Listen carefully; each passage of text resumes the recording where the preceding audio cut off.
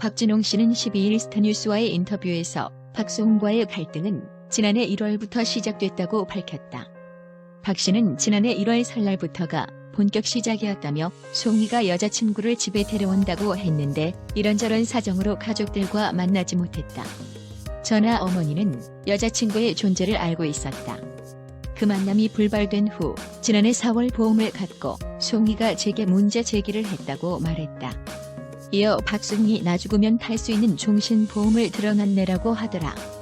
그래서 전 그거 다 내가 사인한 거라고 했다. 종신은 1개이고 나머지는 7개는 연금보험이라고 설명을 하는데도 난 이거 들고 싶지 않았다고 얘기하며 제게 뭐라 했다고 말했다. 그러면서 보험 설계사가 다시 송이에게 설명해주고 나서야 이해를 하더라. 종신보험은 1개인데 송이가 고등학교 동창의 권유로 본인이 들었다. 이건 납입도 끝났다라고 덧붙였다. 박수홍이 자신의 이름으로 된 재산이 하나도 없다고 주장한 것에 대해선 황당했다.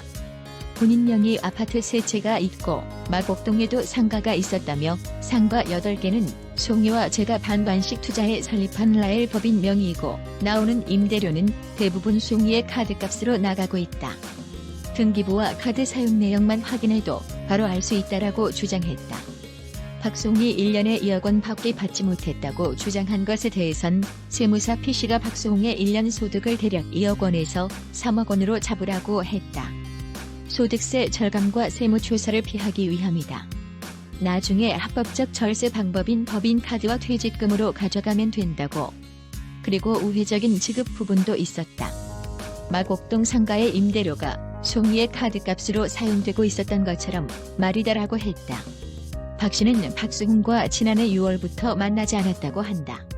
박 씨는 법인 통장 9개를 아버지에게 왜 내게 상의도 없이 맡겼냐고 저를 타박했다.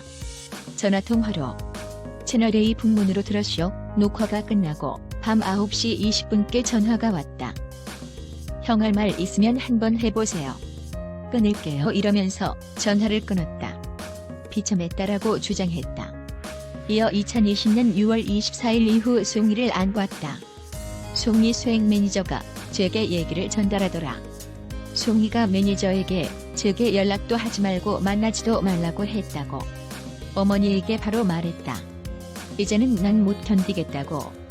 어머니, 제가 힘들어 죽겠다고라고 했다. 진영 측이 연락을 피한다고 말한 것에 대해선 송이가 얘기하고 싶고 만나고 싶었으면 형 집으로 찾아오면 된다. 형 집서 밥도 먹고 가끔씩 들렸는데 문자 메시지 보내고 전화하면 되는데 지난해 6월 이후 한 번도 연락을 안 하다가 갑자기 언론을 통해 이야기를 한 거다.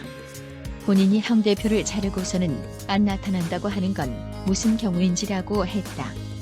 단 저는 단둘이 만나자고 하면 안 한다고 했다. 보험 얘기 때도 보험 설계사가 다시 설명해줘야 했던 것처럼 제 얘기는 안 믿는다. 저와 단둘이 만나봐야 제 말을 안 믿을 테니 부모님, 형제, 친척을 비롯해 변호사, 세무사 등 전문가와 함께 만나자고 했던 거다라고 했다. 박 씨가 박수홍의 돈 100억 원을 횡령했다는 의혹에 대해선 송이의 개인 통장은 아버지가 관리하셨다. 제가 관리한 거는 송이가 돈을 써야 하니 아버지가 은행에 가셔서 이체를 해주세요 이거였다.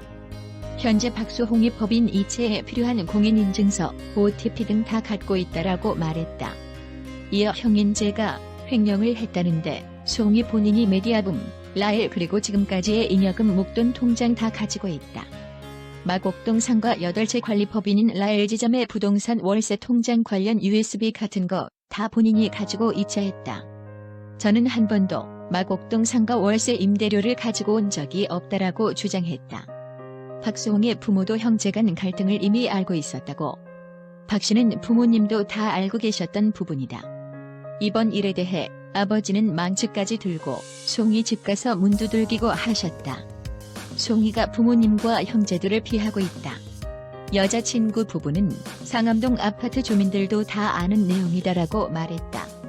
쌍방간에 서로 다른 내용으로 현재 문제가 커지고 있는 상황이다. 이상입니다. 감사합니다.